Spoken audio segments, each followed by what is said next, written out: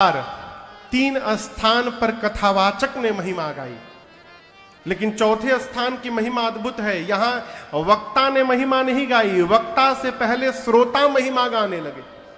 यह स्थान है नीलगिरी पर्वत, जहां कथावाचक है श्री काकभुशुंडी जी महाराज और श्रोता प्रधान है पक्षियों के राजा गरुण जी। गरुण जी कथा सुनने क्यों गए? तो आपसे निवेदन करूं, लंका के युद्ध में जब प्रभु श्री राम और लक्ष्मण भैया नाग पास में बांध दिए गए, भगवान नाग पास में बंध गए, तो नारद जी ने गरुण जी महाराज को भेजा कि जाइए, आप गरुण हैं, आप सर्प को खाते हैं, भगवान लक्ष्मण जी के साथ सर्प बंधन में है नाग पास में, आप जाकर भगवान को उस बंधन से मुक्त करिए। गरुण जी महाराज युद्ध के मैदान में आए, भगवान को उस नाग पास के बंधन से मुक्त किए। लेकिन दर्शन करिए, बहुत नैकट्य हो जाने के बाद एक दोष लगता है जिसका नाम है नैकट्य दोष। श्रेष्ठ से जब बहुत निकटता हो जाए सरकार, तो ये दोष लग जाता है। फिर जीव सोचने लगता है हमारे में गुरुजी में अंतर का है, जैसे गुरुजी वैसे हम। गरुण जी महाराज को ये दोष लग गया, सोचने लगे भव बंधन ते छूटई, नर जपि जाकर नाम, अखरब निशाचर बांधई, नाग पास सोई राम। गरुड़ जी महाराज सोचने लगे कि जिस भगवान के नाम जपने से जीव भाव बंधन से मुक्त हो जाता है, राम जी को छोड़िए, राम जी का नाम जब जीवों को भाव बंधन से मुक्त करता है, उन राम जी को ये राक्षस बांध दिए। इम्पॉसिबल, ये हो नहीं सकता, असंभव। मैंने जिनका बंधन खोला है वो भगवान नहीं हो सकते। पकड़ा भ्रम ने, माया ने, मोह ने। गरुण जी को भगवान में ही संशय हो गया, ये भगवान नहीं हो सकते, भगवान को कौन बांधेगा। यहां एक निवेदन करूंगा मैं आपसे,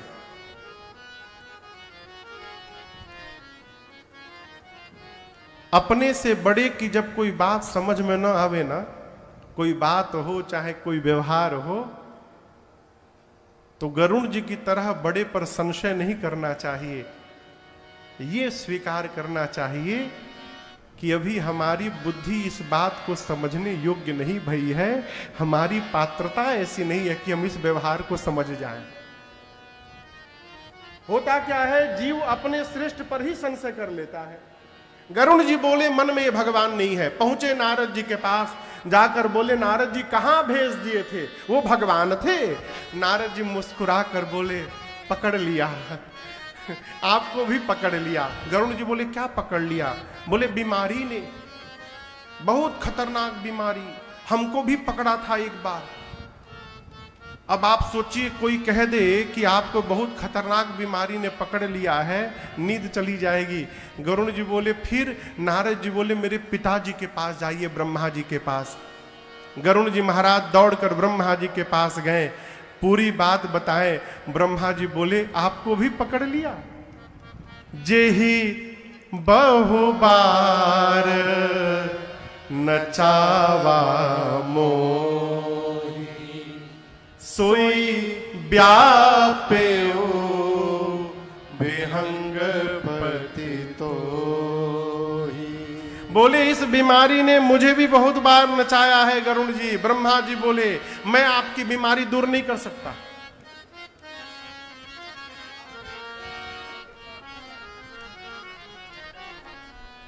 विराजो प्रभु, विराजो विराजो।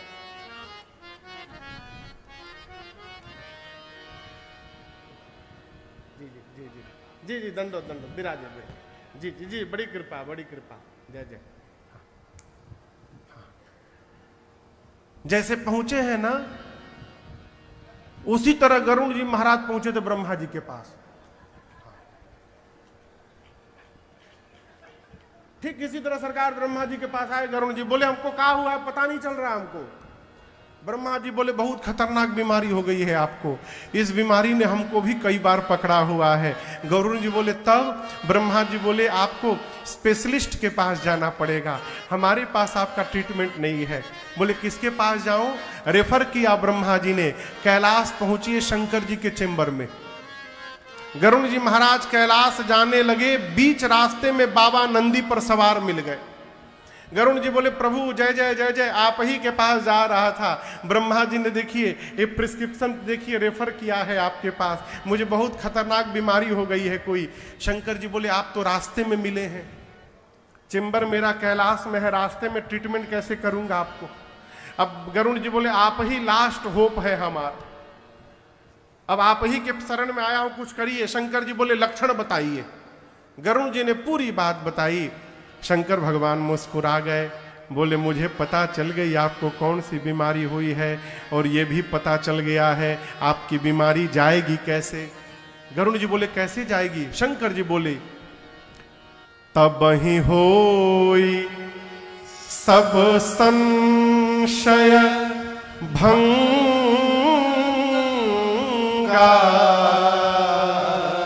कब?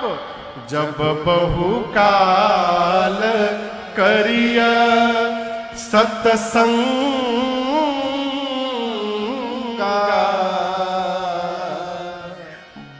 शंकर भगवान बोले गरुड़ जी से कि जब आप लंबे समय तक सत्संग करेंगे तो आपका सारा भ्रम संशय समाप्त हो जाएगा। कितने देर के लिए सत्संग करेंगे? कहिए कहिए। लंबे समय तक। गरुड़ जी बोले आप ही शुरू कर दीजिए। शंकर जी बोले टाइम नहीं है, कुबेर के यहाँ मीटिंग है, उसमें जा रहा हूं, रास्ते में कैसे लंबा सत्संग दे सकता हूं आपको।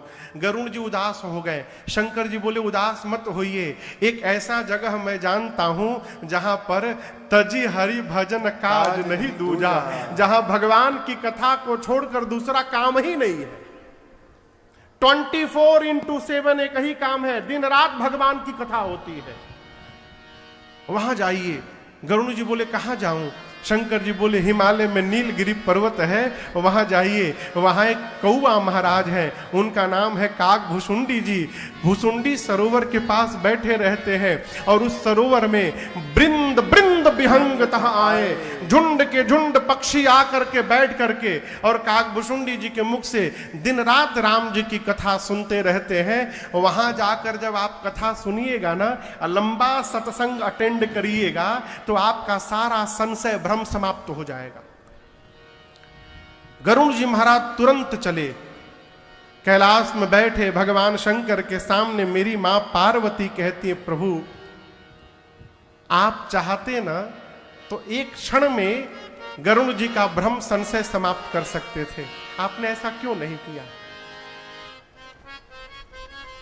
शंकर भगवान बोले देवी आप इसको सामान्य घटना समझ रही हैं, भगवान जिनके ऊपर बैठ के चलते हैं, भगवान के इतने निकट रहने वाले गरुड़ जी महाराज को संशय हो गया, यह सामान्य घटना नहीं है, यह विशेष घटना है। भगवान के नैकट्यता प्राप्त होने के बाद भी भ्रम उत्पन्न हो रहा है, इसका अर्थ है यह भ्रम भगवान ने जानबूझकर उत्पन्न कराया है। अवश्य गरुड़ जी महाराज जीवन में कभी अभिमान किए होंगे, होई कीन्ह कबहु अभिमाना सोई खोवै चह कृपा निधाना। ये भगवान की रचना है। गरुड़ जी महाराज कभी अभिमान किए होंगे और भगवान उस अभिमान को समाप्त करना चाहते हैं, इसलिए मैं उस लीला में प्रवेश नहीं किया। भगवान की रचना चल रही है, चलने दीजिए, पहला कारण। दूसरा कारण देवी, गरुड़ जी महाराज पक्षी हैं। अच्छा आप बताइए, हम कलकत्ता से आए हैं, शरीर तो बिहार का है लेकिन जन्म कलकत्ता में हुआ है। हम बंगाली भी जानते हैं, हमें खूब भालो कोरे बंगाली जानी, बोलते हो पारी आमी जदि एखाने बसे आमी आपनाके 9 दिन नित डेली 3 घंटा 4 घंटा बांग्लाয় কথা শোনাবো, তাহলে আপনারা কিছু বুঝতে পারবেন নাকি? कुछ बुझाया?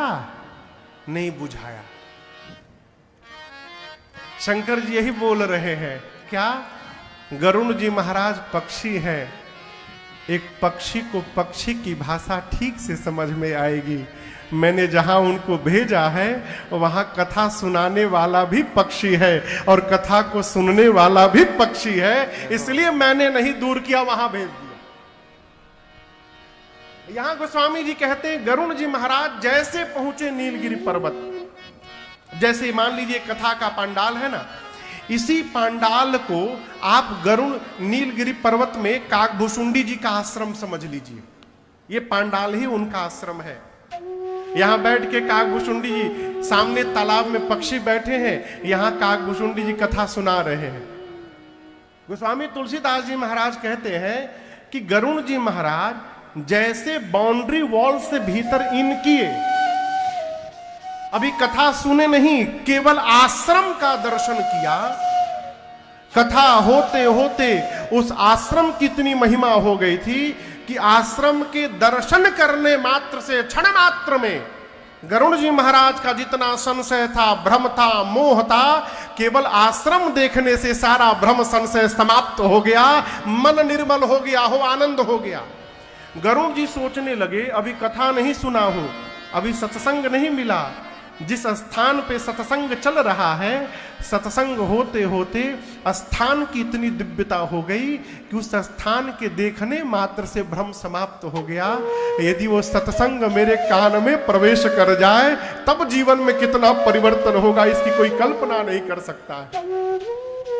जैसे गरुण जी महाराज आए, काकभूषुंडी जी ने देखा, अरे राजा साहब आ गए, उतरे, उतर करके जाकर स्वागत किया, दिव्य आसन देकर पधराया। और गोस्वामी जी तो कहते हैं, आप बताओ काकभूषुंडी जी कौन से पक्षी हैं? जोर से कहिए। कौवा। कौवा मीठा बोलता है कि कड़वा बोलता है? हाँ कहिए कहिए। घर के पीछे कौवा बोले तो कितना लोग ध्यान लगा के सुनते हैं ना, कितना अद्भुत बोल रहा है कौवा। कोई सुनता है? नहीं। कौवा जैसे कांव कांव करे, लोग डंडा लेके दौड़त है भगाने के लिए। जो बहुत बोलत है, चुप रहो, का कौवा जैसा कांव कांव कर रहे हो दिन भर। कौवा मीठा नहीं बोलता है, लेकिन मैं आपको प्रमाण के साथ सुना रहा हूं। श्री रामचरितमानस में रहने वाला कौवा मीठा बोलता है, यहां प्रमाण है। गरुण जी महाराज जब आए हैं, काकभूषुंडी जी ने बिठाया, पूजन किया। गोस्वामी जी कहते हैं, करी पूजा कैसे? समेत अनुरागा। श्री गरुण जी महाराज का अनुराग के साथ काकभूषुंडी जी ने पूजन किया, और पूजन करने के बाद मधुर बचन तब बोले उका। कैसा बचन? मधुर बचन। कथा गाते गाते काकभूषुंडी जी के वाणी में मधुरता आ गई थी। ये कथा कहती है, इस कथा को गाते गाते, सुनते सुनते यदि कौवे की वाणी में मधुरता आ सकती है तो हमारी आपकी वाणी में मधुरता क्यों नहीं आ सकती? माई बाप, आप गा कर तो देखिए एक बार। प्रातस्मरणि पूज्य श्री देवादास जी महाराज हुए, अद्भुत विलक्षण विभूति। वो कहते हैं, जीवन में नाम कीर्तन करो तुम सुधर जाओगे। नाम कीर्तन करो तुम सुधर जाओगे। नाम कीर्तन करो तुम सुधर जाओगे। नाम कीर्तन करो तुम सुधर जाओगे। नाम कीर्तन करो तुम सुधर जाओगे। नाम कीर्तन करो तुम सुधर जाओगे। पाके हरि प्रेम निश्चित ही तर जाओगे। पाके हरि प्रेम निश्चित ही तर जाओगे।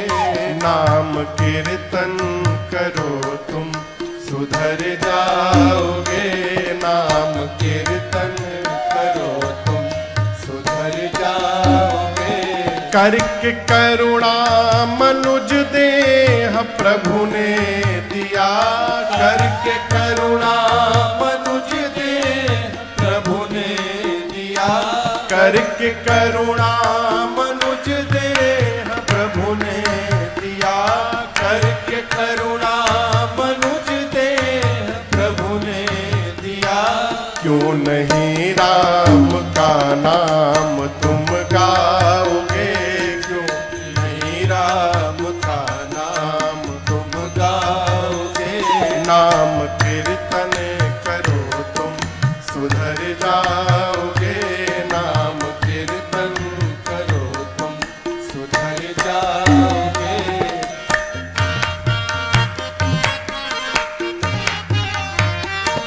चाहे हो तुम पतित या पवित्रात्मा, चाहे हो तुम पतित या पवित्रात्मा, चाहे हो तुम पतित या पवित्रात्मा, चाहे हो तुम पतित या पवित्रात्मा, गा के हरि नाम भक्ति का रस पाओगे, गा के हरि नाम भक्ति का रस पाओगे, नाम कीर्तन करो तुम सुधर जाओगे, नाम कीर्तन करो तुम सुधर जाओगे, नाम कीर्तन करो तुम सुधर जाओगे, नाम कीर्तन करो तुम सुधर जाओगे। नाम कीर्तन करो तुम सुधर जाओगे। श्री काकभूषुंडी जी ने मधुर शब्द कहे। क्या कहा? हे गरुण जी महाराज, आप राजा हैं, कहिए आपके आने का हेतु क्या है? आप हमारे घर में चले आए, क्या कारण है? जैसे काकभूषुंडी जी ने प्रश्न किया, गरुण जी बोले, सुनहु तात जेहि कारण आयो। हे तात, जिस कारण मैं आया था सो सब भयो, दर्श तब पायो। मेरे आने का सारा कार्य पूर्ण हो गया। काकभूषुंडी जी बोले, कैसे? बोले, देखी परम पावन तब आश्रम। आपके इस परम पवित्र आश्रम का केवल दर्शन मात्र करने से गयऊ मोह संशय नाना भ्रम। मेरा सारा मोह संशय भ्रम सब समाप्त हो गया। अब तो मैं आपसे प्रार्थना करने आया हूं कि अति पावनी सदा सुख प्रदान करने वाली भगवान की कथा आप मुझे सुनाने की कृपा करें। इस प्रकार चौथे घाट पर कथावाचक से पहले श्रोता ने ही भगवान की कथा की महिमा गा दी। गोस्वामी तुलसीदास जी महाराज चारों घाटों की कथाओं को समेटते हुए श्री रामचरितमानस जी में 7 कांड की रचना करते हैं। कितने कांड? 7 कांड। नाम याद है आप लोग को? सबसे पहला कांड जोर से कहिए। दूसरा कांड अयोध्या कांड। तीसरा कांड अरण्य कांड। चौथा कांड किष्किंधा कांड। पांचवा कांड सुंदर कांड। ये सबको याद होगा। छठा कांड लंका कांड और 7वें कांड का नाम है उत्तर कांड। महापुरुषों ने अनेक प्रकार से भाव रखा है। 7 ही कांड क्यों लिखा? सप्ताह में 7 दिन होते हैं। गोस्वामी जी 7 कांड इसलिए लिख रहे हैं। देखिए, आदमी पूछता बहुत है, महाराज सवेरे पढ़ना है कि रात को पढ़ना है? नहा कर पढ़ना है कि बिना नहाए पढ़ना है? बिस्तर पर बैठ के पढ़ना है कि भुइयां नीचे बैठ के पढ़ना है? लेट के पढ़ सकते हैं क्या? घर के बाहर पढ़ना है कि मंदिर के भगवान के सामने पढ़ना है? बहुत प्रश्न करता है। पराठा खाने में कोई प्रश्न नहीं। सवेरे खाएं कि रात को खाएं, बिस्तर पर खाएं, बाहर खाएं, जब मिले तभी शुरू हो जाता है। गोस्वामी जी ने 7 दिन है इसलिए 7 कांड लिखा। 7 दिन में से जिस दिन तुम्हारा पढ़ने का मन करे उसी दिन प्रारंभ हो जाना, इसके लिए कोई समय नहीं है। जब मन करे वहीं उसी समय प्रारंभ हो जाइए, पढ़िए। मानस जी लाल कपड़े में बांध करके आरती दिखाने के लिए नहीं बनी है। देखिए, आपसे मैं एक निवेदन करूं, श्री रामचरित मानस जी को पुस्तक समझने का अपराध न करिएगा। ये किताब नहीं है, ये साक्षात रघुनाथ जी के अवतार हैं। ये भगवान के वांग्मय अवतार है। प्रमाण देता हूं, राम जी अवतार कहां लिए? जोर से कहिए, अयोध्या जी में। किस महीने में लिए? हाँ, कोई अप्रैल ना कही देना। हाँ, चैत्र मास। कौन से पक्ष में लिए? शुक्ल पक्ष। कौन सी तिथि में लिए? नवमी तिथि। कौन से दिन को लिए? मंगलवार। किस समय लिए? दिन में 12 बजे। चैत्र शुक्ल नवमी भौमवार मंगलवार दिन में 12 बजे अभिजीत मुहूर्त में भगवान श्री रघुनाथ जी ने अयोध्या की धरती पर प्राकट्य लिया। ठीक।